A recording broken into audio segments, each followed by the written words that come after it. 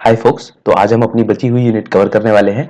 हमारी बची हुई यूनिट में बचा था सोशल मोबिलिटी। जल्दी से चलते सिलेबस पे।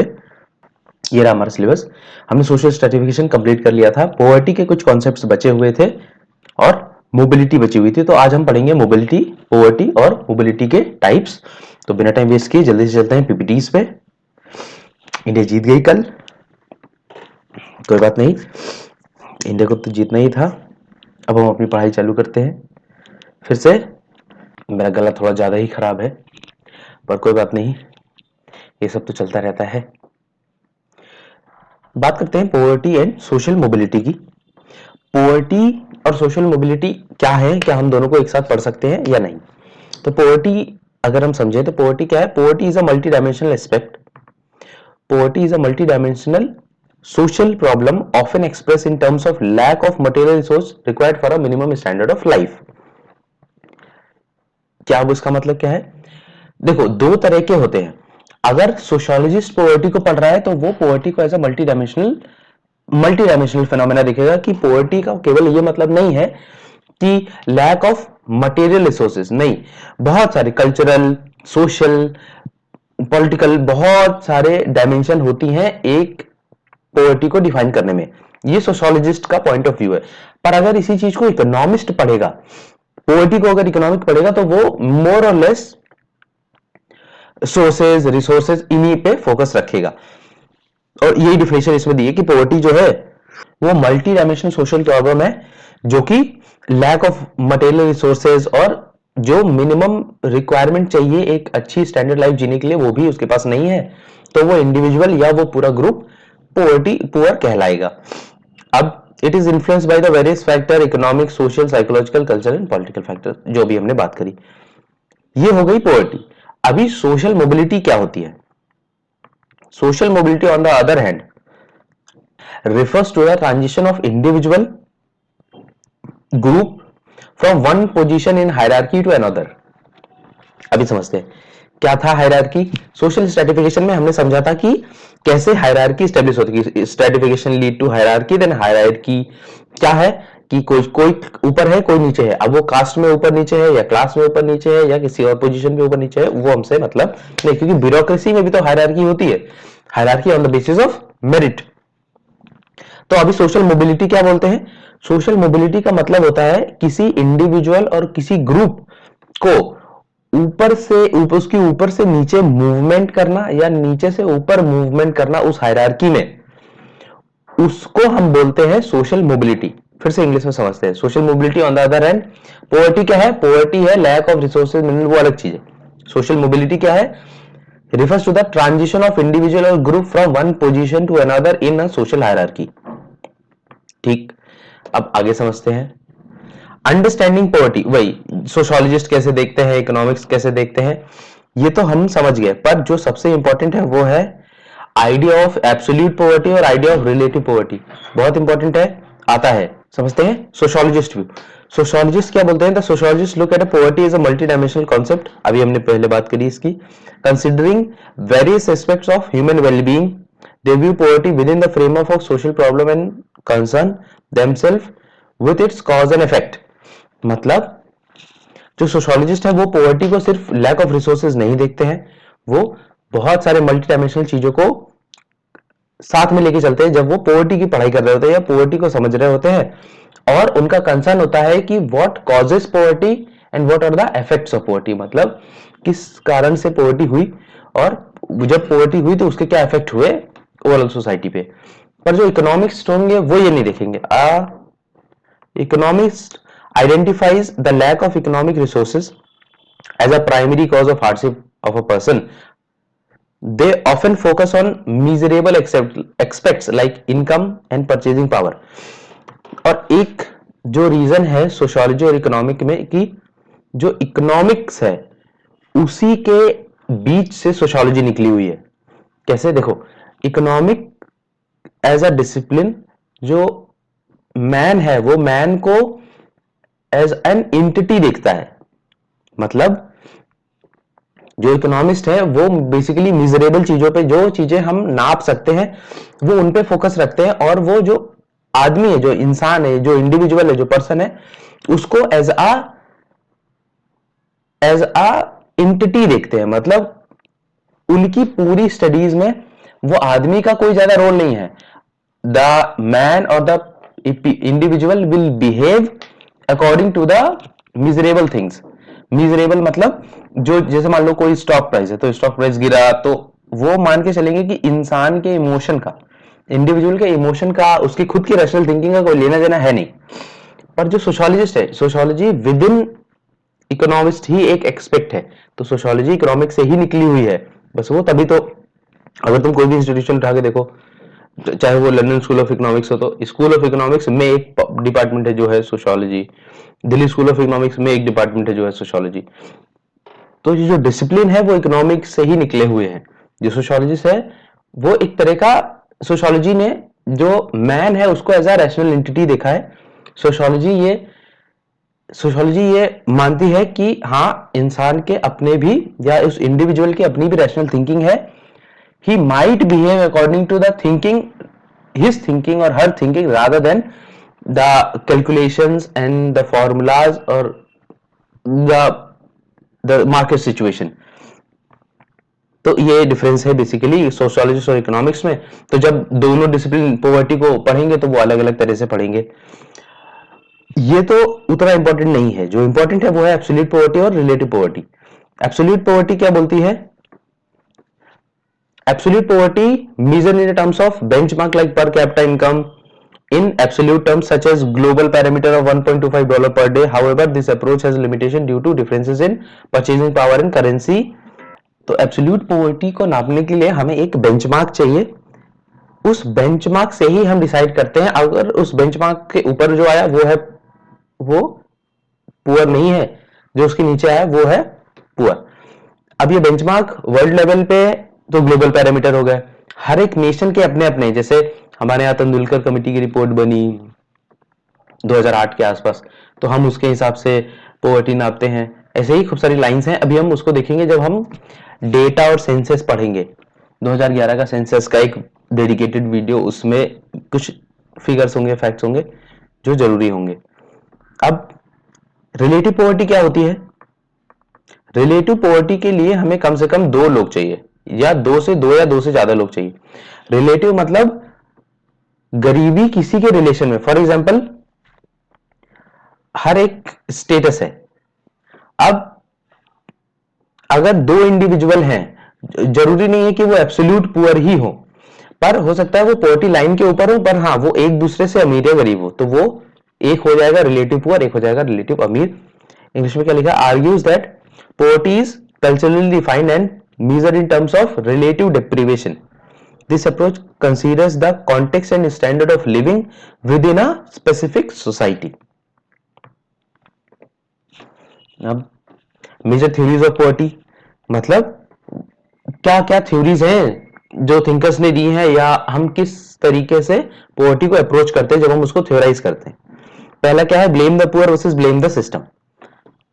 एक अप्रोच है, कोई गरीब है, तुम्ही में दिक्कत है, जाओ तुम गरीब हो, क्यों? क्योंकि तुम्ही ने मेहनत नहीं करी। ये अक्सर हम सोशल मीडिया पे देखते हैं, या अक्सर हम मेन स्ट्रीम मीडिया पे देखते हैं कि the blame the poor views identifies poverty as a result of individual shortcoming, while structural perspective focus on systematic barrier। मतलब जो ब्लेम द सिस्टम है कि हम में तो कोई दिक्कत नहीं है, या पुअर में तो कोई गलती नहीं है, ये सिस्टम ही है जो उसको ऑपरेस करके रख रहा है, उसको रिसोर्स नहीं दिए और उसको वो चीजें नहीं दी जिससे वो अपनी पॉवर्टी को दूर कर पाए। तो वो हो गया ब्लेम द सिस्टम थ्योरी कि inequalities that lead to differential access to resources and rewards.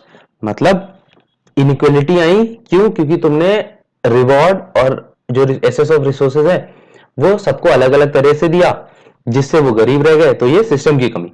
पर ब्लेम द पुअर का मतलब है कि you don't have that capability.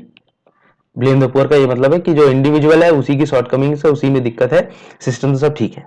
ये थ्योरी है, ये एक दूसरे का कॉन्ट्रास्ट नहीं है। जैसे कल्चरल पर्सपेक्टिव पढ़ेंगे तो इसका ये मतलब नहीं कि ये सबको नहीं मान रहे, ये अपना एक पर्सपेक्टिव दे रहे हैं। फॉर एग्जाम्पल, जहां पे भी थिंकर के नाम आएंगे उनका पर्सपेक्टिव आएगा, इंपॉर्टेंट हो जाएगा, क्योंकि एमसीक्यूज में तो वही आने वाले हैं। तो कल्चरल पर्सपेक्टिव क्या होता है? ऑस्कर लुइस ने कल्चरल पर्सपेक्टिव दिया। इन्होंने बोला है, this theory argues that Poverty is an outcome of a larger social atmosphere where the children are socialized into the culture of poverty with distinctive behavior and pattern. मतलब ये argue करते हैं कि गरीबी के कुछ लक्षण है, कुछ कल्चरल लक्षण है जो एक इंडिविजुअल में दिखते हैं। जैसे कोई बच्चा है तो उसके जो लक्षण होंगे वही डिसाइड करेंगे कि वो आगे जाके पुअर होगा या रिच होगा। तो cultural pattern and behaviors, how she behave and what are the values that are attached to that children. Situational perspective क्या बोलते हैं? ये बोलते हैं कि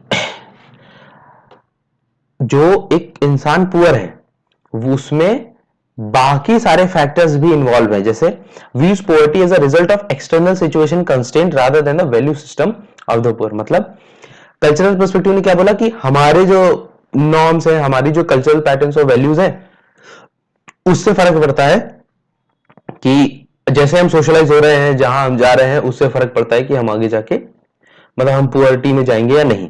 पर जो सिचुएशनल पर्सपेक्टिव है वो ये बोलता है कि कल्चरल पैटर्न नॉर्म से उतना फर्क नहीं पड़ता है जितना एक्सटर्नल सिचुएशन से पड़ता है, जितना बाहर के एनवायरमेंट से पड़ता है।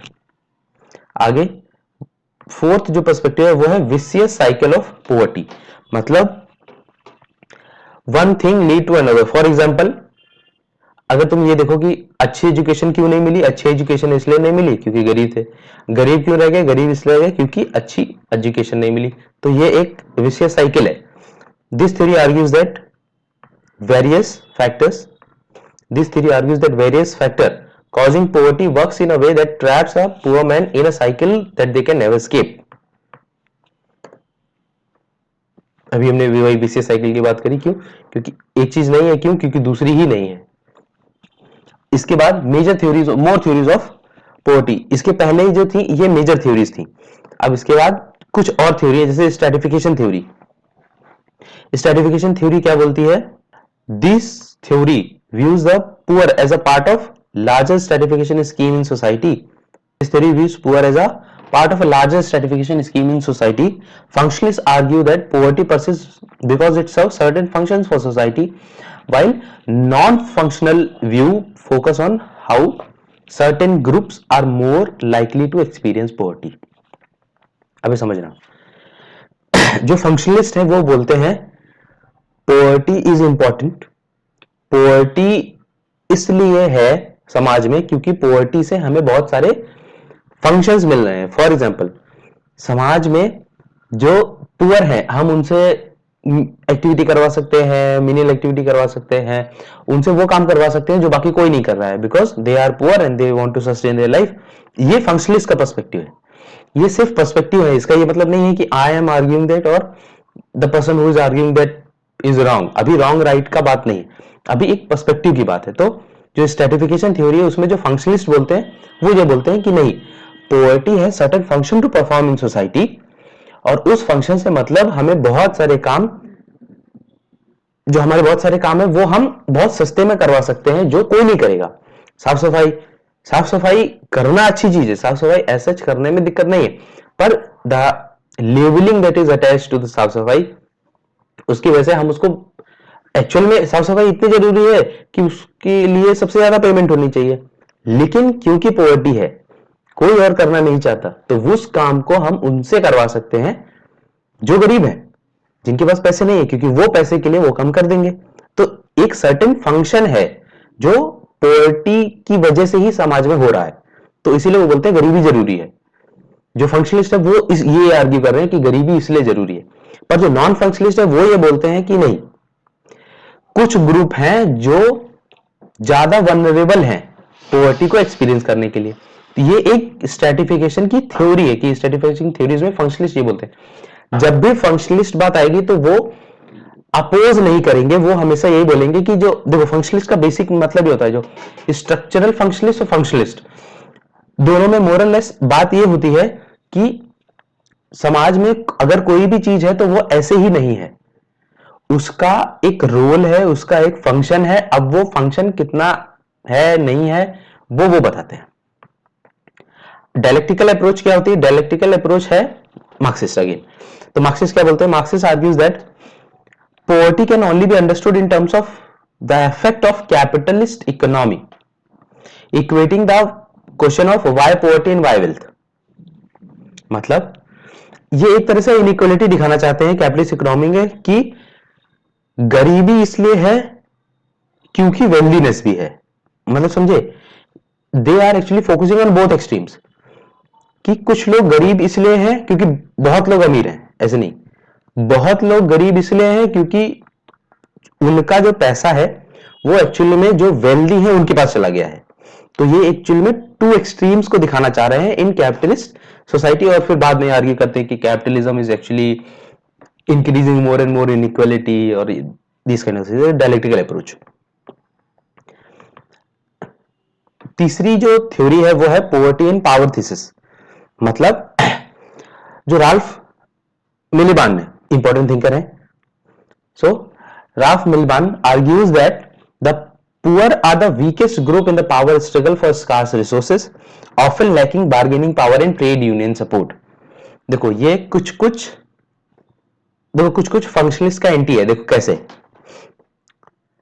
जो पुअर है उनके पास सबसे कम पावर है अपने आप को क्या बोलते हैं, अपने आप के लिए आर्ग्यू करने में या अपने आप के लिए बार्गेन करने में। फॉर एग्जाम्पल, अगर किसी की बेसिक नीड ही नहीं पूरी हो रही है तो वो ये नहीं बोलेगा कि मेरा जो काम है उसके लिए मुझे 300 रुपए दो या 500 रुपए दो। तो उसको 200 भी दोगे तो वो 500 का काम 200 में ही करेगा। क्यों? क्योंकि अभी उसकी बेसिक नीड है।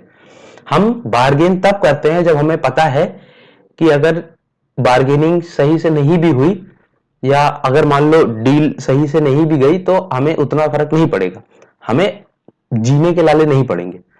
हमारे पास बेसिक नेसेसिटीज हैं तो हम बार्गेन कर पाते हैं। तो इसीलिए जो पुअर हैं वो और जो वीक ग्रुप है वो जो बार्गेनिंग पावर है उनकी बहुत कम है, इसीलिए उनके पास ट्रेड यूनियन भी नहीं, क्योंकि ट्रेड यूनियन से बार्गेनिंग पावर आएगी। अब क्योंकि बार्गेनिंग पावर ही नहीं है कोई, ट्रेड यूनियन कैसे बनेगी? जब 10-12 लोग एक साथ इकट्ठा हुए या 2 या 2 से ज्यादा लोग एक साथ इकट्ठा हुए और वो डिसाइड करें कि नहीं हम मिनिमम पेमेंट इतनी लेंगे, पर उनमें से अगर एक आदमी निकल गया, उन्होंने मिनिमम पेमेंट से भी कम पैसे में काम कर दिया, क्योंकि वो करेगा क्योंकि उसकी तो अपनी सिचुएशन है, उसकी अपनी प्रॉब्लम्स है, क्योंकि उसके घर में कल खाने को नहीं है, तो वो पहले तो वो देखेगा ना, यूनियन तो बात की बात है। तो इसीलिए उनके पास जो बार्गेनिंग पावर है वो बहुत कम है, इसकी वजह से उनका और एक्सप्लॉयटेशन होता है और रिसोर्सेस नहीं मिलते उनको। फेमिनिस्ट व्यू क्या बोलता है? ये फोर्थ व्यू है। This perspective highlights the poverty among women is often hidden behind household level studies emphasizing lower employment rates and prevalence of low paid jobs among women। ये क्या बोलते हैं कि हम जब गरीबी या पॉवर्टी ऐसे स्टडी पढ़ रहे होते हैं तो हम ऑफन इग्नोर कर देते हैं वुमेन इन हाउस होल्ड कि how women are being employed, but उनका जो लेवल ऑफ एम्प्लॉयमेंट है। फॉर एग्जाम्पल, हम हमेशा देख रहे हैं कि जो वुमेन है वो मोर और लेस रिसेप्शनिस्ट या फिर लोअर एम्प्लॉयमेंट रेट्स उनमें है, और अगर उनको जॉब मिल भी रही है तो वो लो पेड जॉब्स हैं। और अगर वो सेम जॉब मिल रही है जो आदमी को मिल रही है, for example men and women if they are in a same position और same working environment, so women are usually paid less. हमें यह दिखता है लेबर इंडस्ट्री में। फॉर एग्जांपल, अगर कंस्ट्रक्शन वर्कर है तो कंस्ट्रक्शन वर्क में अगर मेन है और वुमेन है, मेन अगर सेम काम कर रहा है तो उसको ज्यादा पेमेंट मिलेगी कंपेयर टू वुमेन सेम काम के लिए। अब समझते हैं आगे। ये हो गए 4 थ्योरीज। अभी global perspective on poverty. Dependency theory हम पहले पढ़ चुके हैं, वर्ल्ड सिस्टम थ्योरी हम पहले पढ़ चुके हैं, पर एक बार फिर से देख लेते हैं। Dependency theory, AG Frank, Andre Gunnar Frank क्या बोलते हैं? Argues that poverty in the east is a result of prosperity in the west. फिर से क्योंकि ईस्ट मतलब वर्ल्ड का ईस्ट, अब वर्ल्ड का ईस्ट तो क्योंकि धरती तो गोल है, तो वही फिर से यूरोपियन माइंडसेट कि when we are saying east and west we are centering the Europe because Europe is the one who have firstly the colonized the world or the map and all। तो ये थोड़ा सा Eurocentric है, पर अभी हम यही समझते हैं कि जो ईस्ट में जो पॉवर्टी है वो एक्चुअल में रिजल्ट है वेस्ट की प्रॉस्पेरिटी का। यहां से रिसोर्सेज वेस्ट में चले गए, बीच में पॉवर्टी आ गई। यहां पे इन्होंने एग्जांपल भी दिया attributed to exploitative colonial rule. क्योंकि कॉर्नेलियस रूल में एक्चुअल में ये रिसोर्सेज का क्रंच था। इंडस्ट्रियलाइजेशन यूरोप में आया ही इसीलिए है, और कॉलोनाइजेशन तो उसकी नीड बन गई। क्यों? क्योंकि इंडस्ट्रियलाइजेशन के लिए चाहिए रिसोर्सेज। यूरोप के पास ऐसा तो नहीं है कि दुनिया भर के रिसोर्सेज हैं, उनके रिसोर्सेज एक दिन खत्म हो जाएंगे, फिर रिसोर्सेज कहां से आएंगे? बाहर से आएंगे। तो इसीलिए फिर उन्होंने शिप्स भेजे, वॉयजेस भेजे अलग अलग पार्ट्स ऑफ वर्ल्ड में कि देखो कहीं और कोई जमीन तो नहीं, कहीं और कोई रिसोर्स तो नहीं। तो फिर वो अलग अलग गए, यूरोप गए, यूरोप से निकले अमेरिका गए, साउथ अमेरिका गए, अफ्रीका गए, और साउथ ईस्ट एशिया है, India, different parts. World system theory भी हमने इमैनुअल वॉल्टरस्टीन की पीछे पड़ी थी। क्या? कि periphery, core, semi periphery. Institutional perspective क्या है? इंस्टीट्यूशनल पर्सपेक्टिव गुनान मिडाल का है। गुनान मिडाल क्या बोलते हैं? Gunnar Myrdal refutes neo Marxist theory and instead argues that poverty is due to lack of development of institutional structure like educational institution, political system and competitive markets. अभी पहले समझते हैं नियो मार्क्सिस्ट क्या है। देखो, जो शुरुआत के मार्क्सिस्ट हैं वो एक्चुअल में प्रैक्टिस कर रहे थे, मतलब थियोराइजिंग प्रैक्टिस। फिर बीच में जब हमने देखा कि कम्युनिज्म थोड़ा डाउन मार गया, तो फिर जो नियो मार्क्सिस्ट थे उन्होंने कल्चरल पे बात लिखने लगे, वो कल्चरल पर्सपेक्टिव अपने साथ ले आए। और जो अभी के नियो मार्क्सिस्ट हैं वो कल्चरल पर्सपेक्टिव को अपने साथ में रख के बात करते हैं। और अभी हमने जो पिछले मार्क्सिस्ट थ्योरी देखी थी उसमें क्या था? उन्होंने वाई वेल्दीनेस और वाई पॉवर्टी पे बात करी थी। पर जो गुनान मिडाल है ये बोलते हैं कि नियो मार्क्सिस्ट जिस चीज में फोकस कर रहे हैं, पॉवर्टी उसकी वजह से नहीं है। पॉवर्टी में एक्चुअल में lack of development of institutional structure, मतलब हमारे पास प्रॉपर एजुकेशनल इंस्टीट्यूशन नहीं है, इसलिए दिक्कत है। हमारे जो पॉलिटिकल सिस्टम है वो करप्ट है, इसलिए दिक्कत है। और हमारी जो मार्केट्स है वो कॉम्पिटिटिव मार्केट्स नहीं है, इसलिए दिक्कत है। इसलिए पॉवर्टी एग्जिस्ट कर रही है। तो ये हो गई इंस्टीट्यूशनल पर्सपेक्टिव। अभी मल्टी डायमेंशनल पर्सपेक्टिव क्या है? मल्टी डायमेंशनल अप्रोच जो है वो है modern perspective recognise poverty as a fundamental cause of exclusion leading to multiple vulnerabilities and forms of exclusion. मतलब कुल मिला के अगर आप गरीब हो तो आपको बहुत जगह से एक्सक्लूड कर दिया जाएगा। फॉर एग्जाम्पल, एक अगर प्रैक्टिकल एग्जांपल देखो तो there is a ceiling in different cafes. For example in CP there are number of cafes which actually puts a ceiling on you. Actual में बर्गर की कॉस्ट उतनी नहीं है, एक्चुअल में अगर तुम किसी कोल्ड कॉफी पियो तो कॉस्ट उसकी उतनी नहीं है, but they want that ceiling because they don't want to cater a class of people who are below that.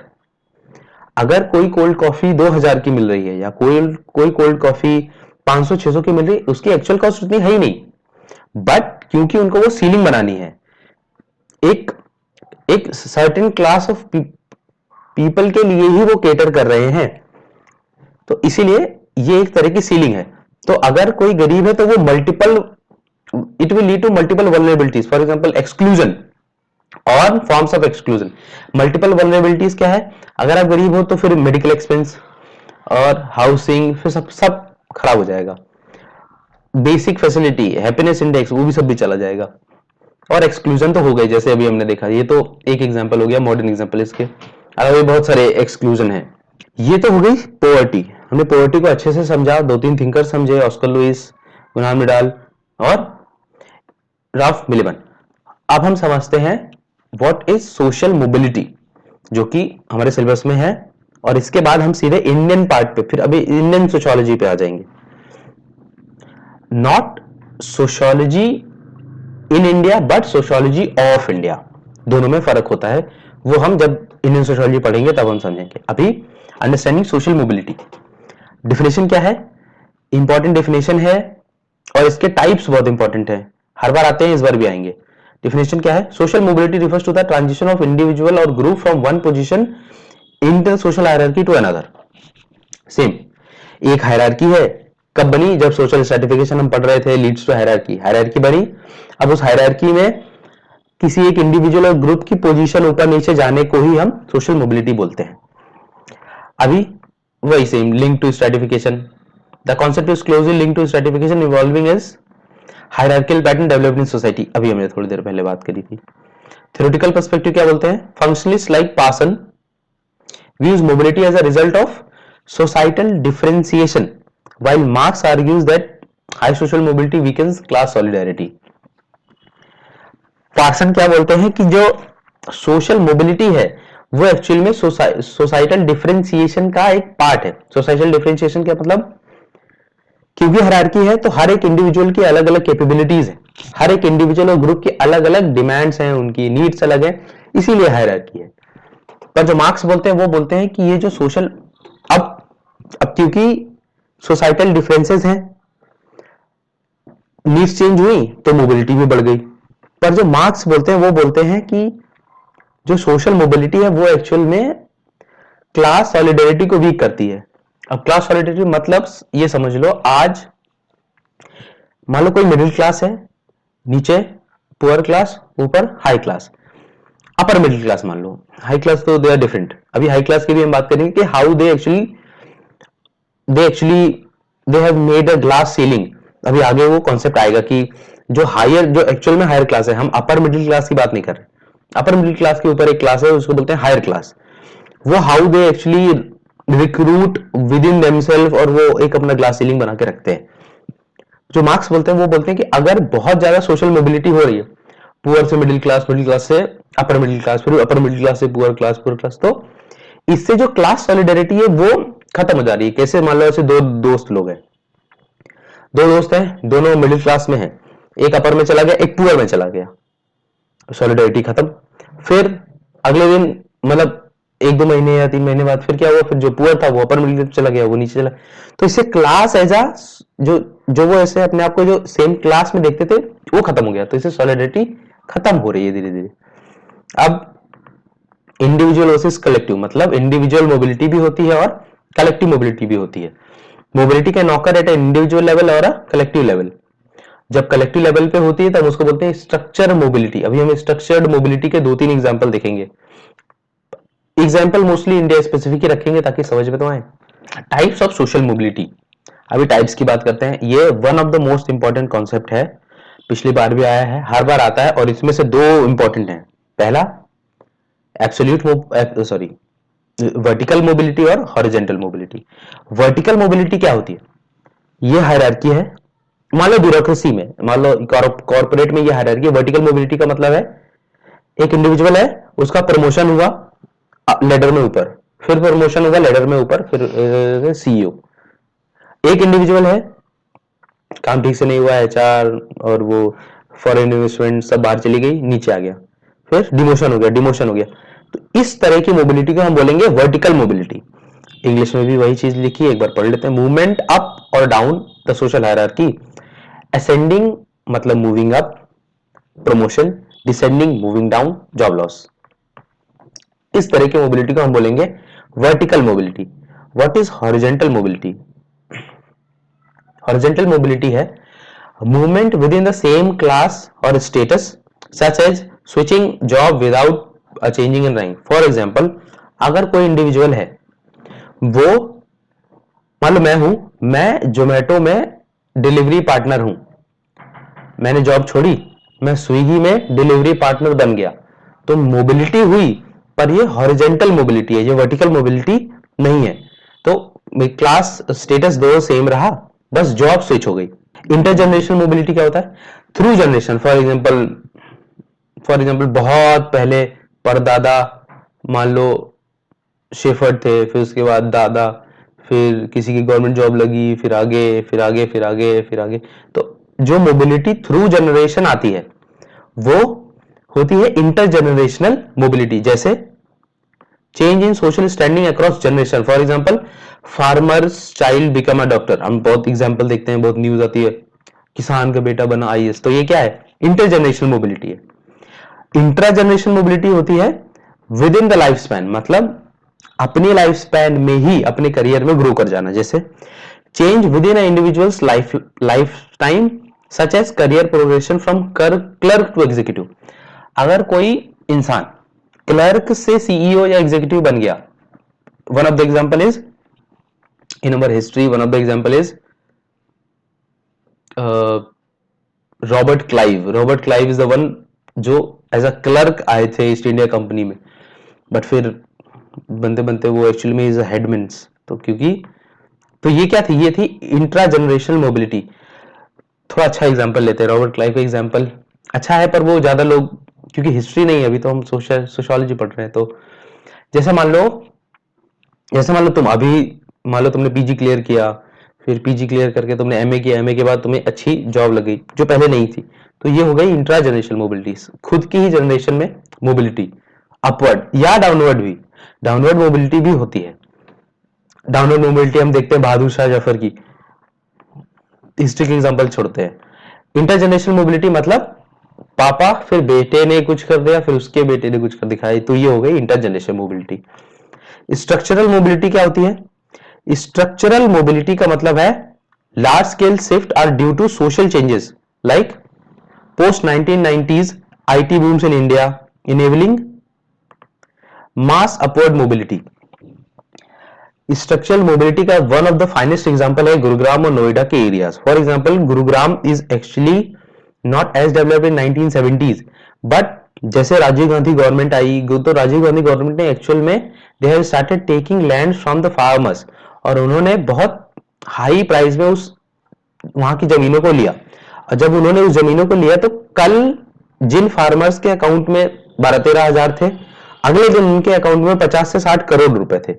तो ये जो स्ट्रक्चर थे, और ऐसा नहीं है कि किसी 3-4 लोग के में थे, एक डिसेंट पॉपुलेशन के पास एकदम से पैसे आए। तो ये जो मोबिलिटी हुई, ये होती है स्ट्रक्चरल मोबिलिटी। जो गुरुग्राम के एरिया, सेम नोएडा में हुआ, फिर सेम ग्रेटर नोएडा, फिर ये जो एरियाज थे, ये स्ट्रक्चरल मोबिलिटी के one of the finest example हैं। अब एब्सोल्यूट वर्सेस रिलेटिव मोबिलिटी क्या होता है? जैसे हमने पढ़ा था एब्सोल्यूट वर्सेस रिलेटिव पॉवर्टी, वैसे ही है absolute versus relative mobility. Absolute mobility का मतलब overall improvement in living standards, relative mobility मतलब पोजीशन चेंज।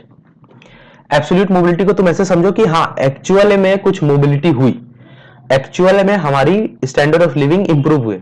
रिलेटिव मोबिलिटी का मतलब हो गया, जैसे मान लो स्टॉक प्राइसेस, किसी का फायदा तो मतलब किसी का लॉस।